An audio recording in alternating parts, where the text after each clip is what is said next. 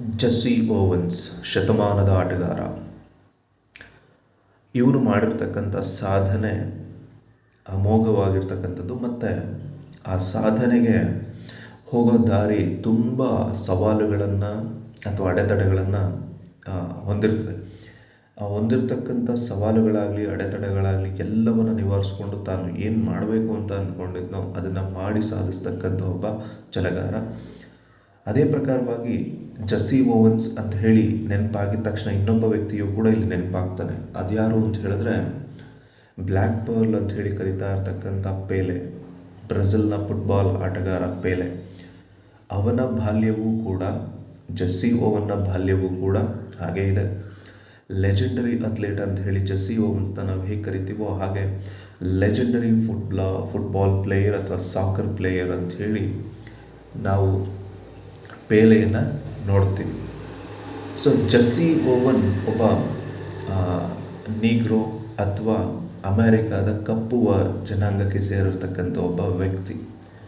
ಯಾವ ಮಟ್ಟಕ್ಕೆ ಇವನ ಸಾಧನೆ ಇದೆ ಅಂತ ಹೇಳಿದ್ರೆ 3/4 ಗಂಟೆಯಲ್ಲಿ 4 ಚಿನ್ನದ ಪದಕಗಳನ್ನು ಅಥ್ಲೇಟಲ್ಲಿ ಗೆಲ್ತಾನೆ. ನಾವು ಯೋಚನೆ ಮಾಡ್ಬೋದು 3/4 ಗಂಟೆಯಲ್ಲಿ ಬಿಡ ನಾವು ಮಾಡಿಬಿಡ್ಬೋದು ಅಂಥೇಳಿ. ಆ 3/4 ಗಂಟೆ ಅನ್ನೋದೆಲ್ಲ ಆ ಟೈಮ್ ಬೌಂಡನ್ನು ನೋಡಿದ ತಕ್ಷಣವೇ ಗೊತ್ತಾಗ್ಬಿಡತ್ತೆ ಇದು ಇಟ್ ಈಸ್ ಇಂಪಾಸಿಬಲ್. ಸೊ ಅಂತಹ ಒಂದು ಇಂಪಾಸಿಬಲ್ನ ಇವನು ಪಾಸಿಬಲ್ ಮಾಡಿರ್ತಕ್ಕಂಥವನು. ಜೊತೆಗೆ ಒಲಿಂಪಿಕ್ಕಲ್ಲಿ ಅವತ್ತಿನ ಮಟ್ಟಿಗೆ 1936 ಒಲಿಂಪಿಕ್ನಲ್ಲಿ 4 ಚಿನ್ನದ ಪದಕ ಗೆಲ್ಲೋದರ ಒಂದಿಗೆ ಅಲ್ಲಿವರೆಗೂ ನಡೆದಿರ್ತಕ್ಕಂಥ ಒಲಿಂಪಿಕ್ ಕ್ರೀಡಾಕೂಟಗಳಲ್ಲಿ ಯಾರೂ ಕೂಡ ಒಂದಕ್ಕಿಂತ ಹೆಚ್ಚು ಗೋಲ್ಡ್ ಮೆಡಲಿನ ವೈಯಕ್ತಿಕವಾಗಿ ಪಡ್ಕೊಂಡಿರಲಿಲ್ಲ. ಇವನು 4 ಗೋಲ್ಡ್ ಮೆಡಲನ್ನು ಪಡ್ಕೊಳ್ತಾನೆ. ಇವನು ಅದು ಮಾಡಿರ್ತಕ್ಕಂಥ ಸಾಧನೆ ಅದು ಆಲ್ಮೋಸ್ಟ್ ಒಂದು 40-50 ವರ್ಷದವರೆಗೂ ಆ ಸಾಧನೆ ಬ್ರೇಕ್ ಆಗದಲೇ ಹಾಗೆ ಬೆಳ್ಕೊಂಬಂದಿರತ್ತೆ. ಸೊ ಅಂತಹ ಒಬ್ಬ ವ್ಯಕ್ತಿಯ ಜೀವನ ಚರಿತ್ರೆ ತಕ್ಕ ಮಟ್ಟಿಗಿದೆ. ಸೊ ಅದನ್ನು ನೋಡ್ತಾ ಹೋಗೋಣ. ಜೆಸ್ಸಿ ಒಬ್ಬ ಚರಿತ್ರೆಯ ಕೂಸು ಅಂತಲೇ ಹೇಳ್ಬೋದು. ಸೊ ಇವನು ಅಮೇರಿಕಾದ ಶ್ರೀಮಂತಿಕೆಗೆ ಕಾರಣರಾದ ಕರಿಯ ಜನಾಂಗದ ಅಥವಾ ಕರಿಯ ಗುಲಾಮರ ಪರಂಪರೆಯಿಂದ ಬಂದಿರತಕ್ಕಂಥವನು. ಗುಲಾಮರ ವಿಮೋಚನೆ ನಂತರ ಆತನ ತಂದೆ ಏನು ಮಾಡ್ತಾನೆ, ದಕ್ಷಿಣ ಪ್ರಾಂತ್ಯಗಳಿಂದ ಉತ್ತರದ ಪ್ರಾಂತ್ಯಗಳ ಕಡೆಗೆ ವಲಸೆ ಹೋಗೋದಕ್ಕೆ ಶುರು ಮಾಡ್ತಾರೆ. ಯಾಕೆ ವಲಸೆ ಹೋಗೋದಕ್ಕೆ ಶುರು ಮಾಡ್ತಾರೆ ಅಂತ ಹೇಳಿದ್ರೆ ಅಲ್ಲಿವರೆಗೂ ದಕ್ಷಿಣ ಪ್ರಾಂತ್ಯಗಳಲ್ಲಿರ್ತಕ್ಕಂತಹ ಕರಿಯರ ಮೇಲೆ ಏನಾಗ್ತಾ ಇರುತ್ತೆ, ದಬ್ಬಾಳಿಕೆ, ಗುಲಾಮಗಿರಿತನ, ಹಿಂಸೆ, ಶೋಷಣೆ ಇವೆಲ್ಲವೂ ಕೂಡ ಜಾಸ್ತಿ ಆಗ್ತಾ ಇರುತ್ತೆ. ಆದ್ದರಿಂದ ಅಲ್ಲಿರ್ತಕ್ಕಂಥ ಬಹುಪಾಲು ಕರಿಯರೆಲ್ಲರೂ ಕೂಡ ಏನು ಮಾಡ್ತಾರೆ, ಆ ಕಡೆಯಿಂದ ಹೊರಡೋದಕ್ಕೆ ಶುರು ಮಾಡ್ತಾರೆ. 1914ರಲ್ಲಿ ಇವರು ಅವರ ತಂದೆ ತಾಯಿಗೆ 10ನೇ ಮಗನಾಗಿ ಜನಿಸ್ತಾರೆ. 1910ರಲ್ಲಿ ಅಮೇರಿಕಾದ ಒಂದು ಸೆನ್ಸಸ್ ನಡೆಯುತ್ತೆ. ಸೆನ್ಸಸ್ಸಲ್ಲಿ 90% ಕಪ್ಪು ಜನಾಂಗದವರೆಲ್ಲ ಯಾವ ಕಡೆ ಇರ್ತಾರೆ ಅಂತ ಹೇಳಿದ್ರೆ ಅಮೇರಿಕಾದ ದಕ್ಷಿಣ ಪ್ರಾಂತ್ಯಗಳಲ್ಲಿ ಇರ್ತಾರೆ. ಸೊ ಇವಾಗ ಅವರು ಆ ಕಡೆಯಿಂದ ಬೇರೆ ಕಡೆಗೆ ವಲಸೆ ಹೋಗಬೇಕು ಅಂಥೇಳಿ ಅಮೇರಿಕಾದ ಉತ್ತರ ಪ್ರಾಂತ್ಯಗಳ ಕಡೆಗೆ ವಲಸೆ ಹೋಗೋದಕ್ಕೆ ಶುರುವಾಗ್ತಾರೆ. ಈ ವಲಸೆಯನ್ನು ಅಮೇರಿಕಾದ ಮಹಾ ವಲಸೆ ಅಂಥೇಳಿ ಕರೀತಾ ಹೋಗ್ತಾರೆ. ಅದರಲ್ಲೂ ಎಷ್ಟು ಜನ ಅಂತ ಹೇಳಿದ್ರೆ 15 ಲಕ್ಷ ಕರಿಯರು ದಕ್ಷಿಣ ಕಡೆಯಿಂದ ಉತ್ತರದ ಕಡೆಗೆ ಹೊರಡ್ತಾ ಇರೋದು. ಅದಾದಮೇಲೆ ಇವರು ಹೊರಟಿರ್ತಕ್ಕಂಥವ್ರು ಎಲ್ಲಿ ಬಂದು ನೆಲೆಗೊಳ್ತಾರೆ ಅಂತ ಹೇಳಿದ್ರೆ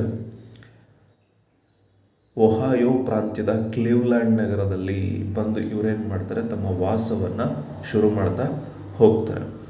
ಸೊ ಅಷ್ಟೊತ್ತಿಗಾಗಲೇ ಅವನಿಗೆ 9 ವರ್ಷ ಆಗಿರುತ್ತೆ. 9 ವರ್ಷ ಆಗಿರೋದ್ರ ಜೊತೆಗೆ ಸ್ಕೂಲ್ಗೆ ಸೇರಿಕೊಳ್ತಾನೆ. ಸ್ಕೂಲ್ಗೆ ಸೇರಿಕೊಳ್ಳೋದ್ರ ಜೊತೆಗೆ ತನ್ನ ತಂದೆ ತಾಯಿಗೂ ಕೂಡ ಹಣಕಾಸಿನ ಮೂಲಕವಾಗಿ ನೆರವಾಗ್ತಾ ಹೋಗ್ತಾನೆ. ಹೇಗೆ ಶೂ ರಿಪೇರಿ ಮಾಡೋದು.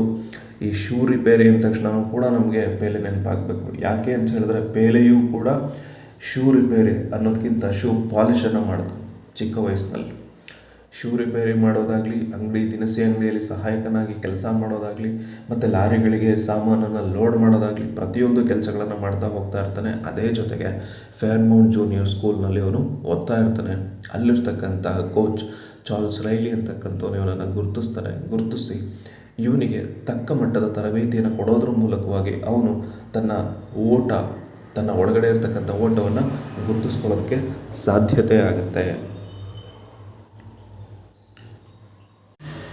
ದಿನಕ್ಕೆ 6:30 ಗಂಟೆ ಸ್ಕೂಲು, ಅದಾದಮೇಲೆ ಲಿಫ್ಟ್ ಚಾಲಕನಾಗಿ ಅಥ್ಲೆಟಿಕ್ಸ್ ಅಭ್ಯಾಸ ಮಾಡ್ತಾ ಎಲ್ಲವನ್ನು ಕೂಡ ಮಾಡ್ತಾ ಹೋಗ್ತಾ ಇರ್ತಾನೆ. ಇದೇ ಟೈಮಲ್ಲಿ ಅವನಿಗೆ ಏನು ಬರುತ್ತೆ, ಬೆನ್ನು ನೋವು ಕೂಡ ಕಾಣಿಸ್ಕೊಳ್ತಾ ಹೋಗುತ್ತೆ. ಸೊ ಇವನು ರನ್ನಿಂಗ್ ಅಥವಾ ಓಟ ಅಂತ ಹೇಳಿ ಯೋಚನೆ ಮಾಡ್ತಾನೆ ಅಂತ ಹೇಳಿದ್ರೆ ಆ ಟೈಮಲ್ಲಿ ಯಾವುದೇ ಬೆನ್ನು ನೋವಾಗಲಿ, ಮನೆಯಲ್ಲಿರ್ತಕ್ಕಂಥ ಕಷ್ಟಗಳಾಗಲಿ, ಬೇರೆದಾಗಲಿ ಏನು ಕೂಡ ಯೋಚನೆ ಬರೋದಿಲ್ಲ. ಆವಾಗ ಅವ್ನಿಗೆ ಯೋಚನೆ ಮುಂದೆ, ಓಟಗಾರನಾಗಿ ನಾನು ಓಟ ಓಡಬೇಕಷ್ಟೇ. ಸೊ ಹೀಗಿದ್ದಾಗ ತನ್ನ 19ನೇ ವಯಸ್ಸಿನಲ್ಲಿ ವಿಶ್ವ ದಾಖಲೆಯನ್ನು 100 ಮೀಟರ್ ಓಟದಲ್ಲಿ ಮಾಡ್ತಾನೆ. ಅದಾದ ಮೇಲೆ 28 ವಿಶ್ವವಿದ್ಯಾಲಯಗಳು ಅವನಿಗೆ ಶಿಷ್ಯ ವೇತನ ನೀಡಲು ಮುಂದೆ ಬರ್ತವೆ. ಯಾಕೆ ಅಂತ ಹೇಳಿದ್ರೆ ಆ 100 ಮೀಟರ್ ಓಟವನ್ನು ವಿಶ್ವ ದಾಖಲೆಯೊಂದಿಗೆ ಓಡ್ತಾನೆ ಅಂತ ಹೇಳಿದ್ರೆ ನಮ್ಮ ಯೂನಿವರ್ಸಿಟಿ ಬರಲಿ, ನಮ್ಮ ಯೂನಿವರ್ಸಿಟಿಗೆ ಬರಲಿ ಅಂತ ಹೇಳಿ ಎಲ್ಲವೂ ಕೂಡ ಯೋಚನೆ ಮಾಡ್ತಾರೆ. ಯಾಕೆಂದರೆ ನಮ್ಮ ಯೂನಿವರ್ಸಿಟಿಗೆ ಒಂದು ಹೆಸರು ಬರುತ್ತಲ್ವ ಅಂತ ಹೇಳ್ಬಿಟ್ಟು.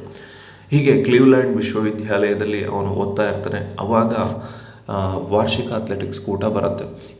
ಈ ಒಂದು ಘಟನೆ ತುಂಬ ಇಂಪಾರ್ಟೆಂಟ್ ಅವನ ಜೀವನದಲ್ಲಿ. ಅದು ಯಾವುದು ಅಂತ ಹೇಳಿದ್ರೆ ವಾರ್ಷಿಕ ಅಥ್ಲೆಟಿಕ್ ಕೂಟ 1935 ಮೇ 25ರಂದು ಮಿಚಿಗನ್ ಯೂನಿವರ್ಸಿಟಿ ಆಯೋಜನೆ ಮಾಡುತ್ತೆ. ಅದರ ಹೆಸರೇನು ಅಂತ ಹೇಳಿದ್ರೆ ವೆಸ್ಟರ್ನ್ ಟ್ರ್ಯಾಕ್ ಆ್ಯಂಡ್ ಫೀಲ್ಡ್ ಕೂಟ. ಅದನ್ನು ಬಿಗ್ 10 ಅಂತ ಹೇಳಿ ಕರಿತಾ ಇರ್ತಾರೆ.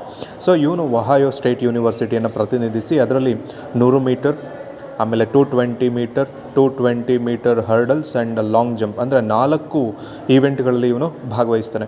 100 ಮೀಟ್ರು, 200 ಮೀಟ್ರ್ ಓಟ, 220 ಲೋ ಹರ್ಡಲ್ಸ್ ಮತ್ತು ಲಾಂಗ್ ಜಂಪ್ನಲ್ಲಿ ಇವನೇನು ಮಾಡ್ತಾನೆ, ಭಾಗವಹಿಸಿ ಈ ಸ್ಪರ್ಧೆಗಳಲ್ಲಿ ಕೇವಲ 45 ನಿಮಿಷದಲ್ಲಿ 4 ಚಿನ್ನದ ಪದಕವನ್ನು ಗೆಲ್ಲೋದ್ರ ಮೂಲಕವಾಗಿ ವಿಶ್ವ ದಾಖಲೆಯನ್ನು ಮಾಡ್ತಾನೆ. ಈ ದಾಖಲೆ ಮೂಡಿ ಬಂದಾಗ ಅವನಿಗೆ ಎಷ್ಟು ವರ್ಷ ಆಗಿತ್ತಪ್ಪ ಅಂತ ಹೇಳಿದ್ರೆ 22 ವರ್ಷ ಆಗಿತ್ತು. ಈ 22 ವರ್ಷಕ್ಕೆ ಅವನು ನೇರವಾಗಿ 1936ರ ಬರ್ಲಿನ್ ಒಲಿಂಪಿಕ್ಸ್ ಕೂಟಕ್ಕೆ ನೇರವಾಗಿ ಆಯ್ಕೆ ಆಗ್ತಾನೆ. ಇದರ ಮೂಲಕವಾಗಿ ಇಷ್ಟು ಚಿಕ್ಕ ವಯಸ್ಸಿಗೆ, ಅದರಲ್ಲೂ ಮುಖ್ಯವಾಗಿ 45 ನಿಮಿಷದಲ್ಲಿ 4 ಚಿನ್ನದ ಪದಕಗಳನ್ನು ಗೆಲ್ಲೋದ್ರ ಜೊತೆಗೆ ಇಡೀ ವಿಶ್ವಕ್ಕೆ ದಾಖಲೆಯನ್ನು ಮಾಡ್ತಾನೆ.